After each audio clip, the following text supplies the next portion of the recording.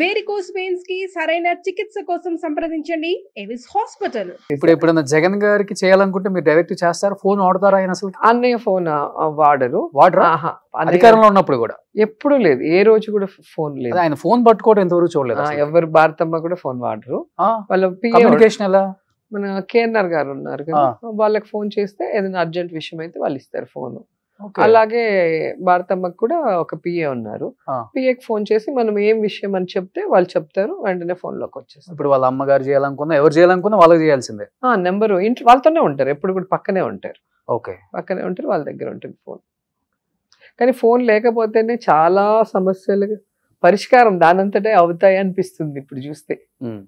Phone అందుబాటులో ఉంటే expectations ఎక్కువ అవుతాయి. ఆ స్థాయిలో ఉన్న వాళ్ళకి పక్కన వాళ్ళు అనుకో కొంచెం ఫిల్టర్ చేస్తారు కదా, ఏది మాట్లాడాలి, ఏది ఆయన చేయాల్సింది మంచి ఉంటుంది, చెడు ఉంటుంది. సో వీళ్ళు ఫిల్టర్ చేసేసి అవసరమైనది మాత్రమే వాళ్ళకి అందుబాటులోకి తీసుకొస్తే అది కరెక్ట్. ఇలాంటి ఫస్ట్ టైం చూడటం ఇలాంటి చీఫ్ మినిస్టర్ ఫోన్ వాడినాయన్ని. ఇంకొకటి రేవంత్ రెడ్డి గారు కూడా వాడర్ అని ఈ మధ్య తెలిసింది. హెల్తీగా ఉంటారు అందుకే వాళ్ళు. రేవంత్ రెడ్డి గారు కూడా వాడర్ అంట. ఆయన ఫోన్ ఉంది, ఎత్తడు అంతే. ఆయనకు అవసరం ఉంటే మాట్లాడేవాళ్ళు అప్పుడు కూడా. కొడాలి నాన్న అంతే, ఆయనే ఫోన్ చేస్తేనే ఎవరైనా ఫోన్ చేస్తే ఎత్తారా అన్న కూడా. ఓకే, సో అట్లా వాళ్ళ ఇద్దరు అలవాటు అలా ఉంటుంది. సో ఎక్కువ అన్నానే పిలుస్తారు మీరు నాయకుల్ని?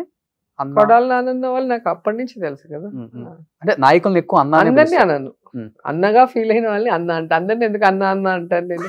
దానికి ఒక వాల్యూ ఉండాలి కదా. అన్నకి కూడా ఒక వాల్యూ ఉండాలి. అన్న అనే పదం చాలా పవిత్రమైంది. ఏదో టైం పాస్ కి అందరిని అన్న అనేది అట్లా ఇష్టం ఉండదు నాకు. కేసీఆర్ గారిని అన్నానే అంటారు కదా. నేనా? నాన్న, నాన్న, పెదనాన్న, ఓ బిడ్డ అంటారు కదా. ఓ సూపర్. సో ఎనీహౌ మళ్ళీ బ్యాక్ టు కాన్స్టిట్యున్సీలో గట్టిగా ఉన్నారు. చెన్నై వెళ్ళలేదు. నేను నన్ను నమ్ముకున్న వాళ్ళకి నేను ఓడిపోయాం కాబట్టి, అంటే నాకు ఓటేసిన వాడికి నేను చూసుకోవద్దా? నాకు పనిచేసిన లీడర్స్ ని కార్యకర్తలను చూసుకోవాలి, నా ఓటేసి అభిమానించిన వాళ్ళని నేను చూసుకోవాల్సిన అవసరం ఉంది. కాబట్టి ఇప్పుడు కంటిన్యూస్ గా ఈ 5 months లో మీరు చూడండి, పేపర్ తెప్పించుకొని చూస్తే తెలుస్తుంది. అన్ని స్టేట్ న్యూస్లు రావు కదా. అవును, కుంభాభిషేకాలు కానీ, డెత్లు కానీ, పెళ్లిళ్ళు కానీ, పరామర్శలు, కాల్ ఫ్రాక్చర్ అయి ఉంటుంది లేదా హెల్త్ బాగాలేదు, అన్ని కంటిన్యూగా చేస్తూ ఉంటాను. నా స్టేటస్ చూస్తే మీకు తెలుస్తుంది. ఎవ్రీడే నా స్టేటస్ చూస్తే ఒక రైల్ లాగా ఉంటుంది. నేను ఎక్కడున్నాను, ఏం చేస్తున్నాను అనేది మీకు తెలిసిపోతుంది. సో ఎలక్షన్స్ టైంలో జగన్ గారిని మెప్పించే ఒక డైలాగ్ చెప్పారు, ఆయన ఆపకుండా నవ్వుకున్నారు. ఏది? సో మొరగని కుక్క ఉండదు, వాగని నోరు ఉండదు, ఇది రెండు లేని ఊరే ఉండదు. అది అర్థమైందా రాజా? తమిళ్లో కూడా చెప్పారు. ఇప్పుడైనా చెప్పచ్చు. ఏదో ఒకసారి మీ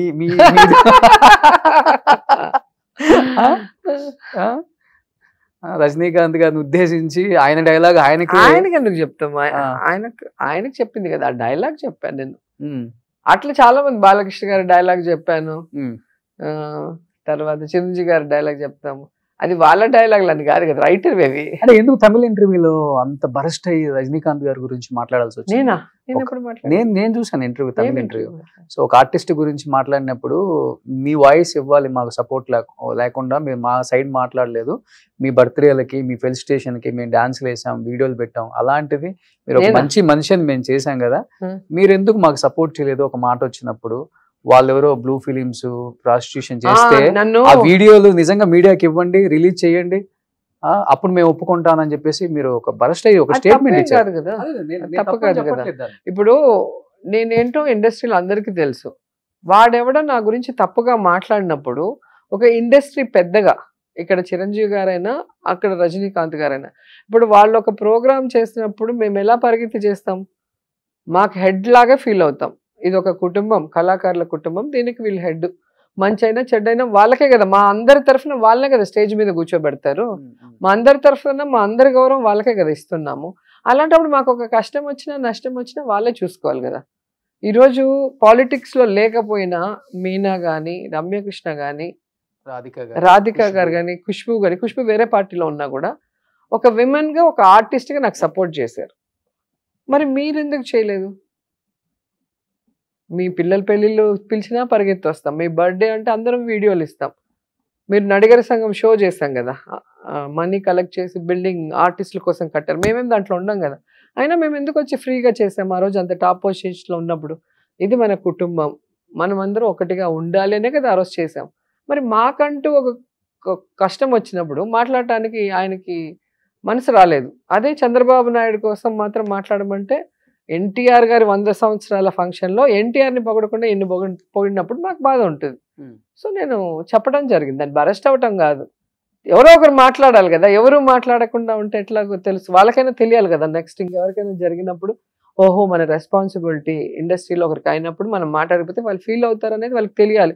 ఎవరు చెప్పనప్పుడు వాళ్ళకి కూడా ఎలా తెలుస్తుంది, కాబట్టి చెప్పాము అంతే. సో తమిళ్ పొన్ను అని చెప్పుకోవడానికి ఇష్టపడతారా? తెలుగు అమ్మాయి తెలుగు అమ్మాయిని, తమిళ్ కోడల్ని. సో పుట్టింది ఇక్కడ, మెట్టినిల్లు అక్కడ నాకు. ఎందుకంటే ఇండస్ట్రీ పరంగా ఈక్వల్ గా సినిమాలు చేశాను. పెళ్ళైన తర్వాత అటు అత్తగారు వాళ్ళు ఇటు అమ్మగారు వాళ్ళు ఇద్దరు నాకు అదే ప్రేమ అభిమానం సపోర్ట్ ఇచ్చారు. సో కాబట్టి ఈ రెండు నాకు ఇష్టమే, ఇక్కడ కూతురుగా అక్కడ కోడలుగా ఇష్టం. సూపర్. సో రాజకీయాలకు అతీతంగా ఈ రోజు రోజా గారి ఇంటర్వ్యూ చేయడం జరిగింది. ఎందుకంటే మొత్తమే రాజకీయాలు మాట్లాడే, రాజకీయాలకు అతీతంగా అంటే రెండు మిక్స్ చేసాం అనమాట. ఎందుకంటే తప్పదు, ఆమె దాంతో కనెక్షన్ పెట్టుకొని ఉన్నారు కాబట్టి. రాజకీయాలు అర్థమైంది, రాజకీయాలు మాట్లాడకపోతే టీఆర్పీ రాదనేసి. మామూలు సినిమాలు అంటే చూడరు కదా, సో ఫైర్ ఉండాలి ఎక్కడ ఒక చోట, మీరు మెల్లిగా పెట్టారుగా. సో బట్ తను 34 సంవత్సరాల క్రితం చేసిన సినిమాలు ఇప్పటికి మనం టీవీలో ఈటీవీ సినిమా ఇవి చూస్తున్నప్పుడు వీళ్ళెంత గొప్ప నటులు అర్థమవుతుంది. ఆ ఫేస్ లోనే ఆ హావభావాలు, ఆ ఎక్స్ప్రెషన్స్ పలికించిన గొప్ప గొప్ప నటులు మీరంతా కూడా. రమ్యకృష్ణ గారు, మీనా గారు, రోజా గారు, 6 లెటర్తో ఉన్న వాళ్ళందరూ రాణించేశారు.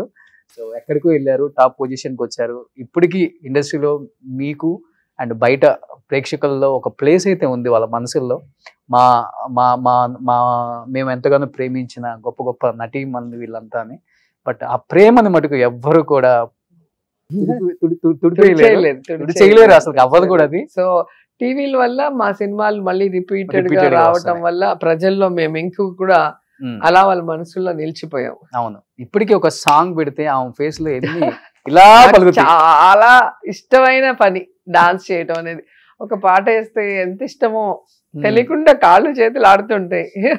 నేను ప్రెగ్నెంట్ గా ఉన్నప్పుడు కూడా ఆయన నాకు పాట వేస్తే ఒకటే డాన్స్. ఓకే, సో మీరు ఎంతగానో ప్రేమించే, చాలా ఇష్టమైన, మీరు ఎంతగానో ప్రేమించే ఇండస్ట్రీ మళ్ళీ మిమ్మల్ని కోరుకుంటే డెఫినెట్ గా మీరు కోరుకుంటున్నారు కాబట్టి రావాలి అని చెప్పేసి. So directors and producers, my humble request. So మళ్ళీ మన పాత తరం నటీ నటులు అందరూ కూడా ఒక్కసారి ఇప్పుడున్న తరంతో యాక్ట్ చేస్తే ఆ కాంబినేషన్ చూడాలని. ఆ కాంబినేషన్ సూపర్ డూపర్ హిట్ అయ్యే ఛాన్సెస్ ఆల్రెడీ రిపీట్ అయినాయి కాబట్టి. సరిలేరు నీకెవరు, బాహుబలితో మళ్ళీ ఏంటో వాళ్ళ వీళ్ళు కాంబినేషన్ కలిస్తే సక్సెస్ అనే పేరు సో చెవికి వినిపిస్తే ఎలా ఉంటుంది. రజనీకాంత్ గారి డైలాగ్ సుమ్మా అదుర్దిల్లా కలిస్తే కాంబినేషన్.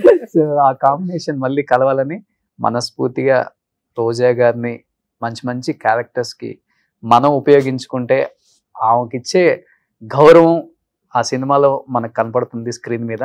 సో మళ్ళీ మేము బిగ్ స్క్రీన్ మీద మిమ్మల్ని చూడాలి మేడం. సో డెఫినెట్ గా ఒక మొగుడు, ఒక గోలీమార్, ఒక శంభో శివశంభిలో ఉన్న మా రోజా గారు మళ్ళీ ఇప్పుడున్న తరంతో కనిపిస్తే ఏ విధంగా ఉంటుందో ఆ టైప్ లో రావాలని మనస్ఫూర్తిగా కోరుకుంటున్నాం. Thank you so much. Thank you. Suman టీవీలో మీ పర్సనల్ అండ్ బిజినెస్ ప్రమోషన్స్ కోసం కింది నెంబర్ కి కాంటాక్ట్ చేయండి.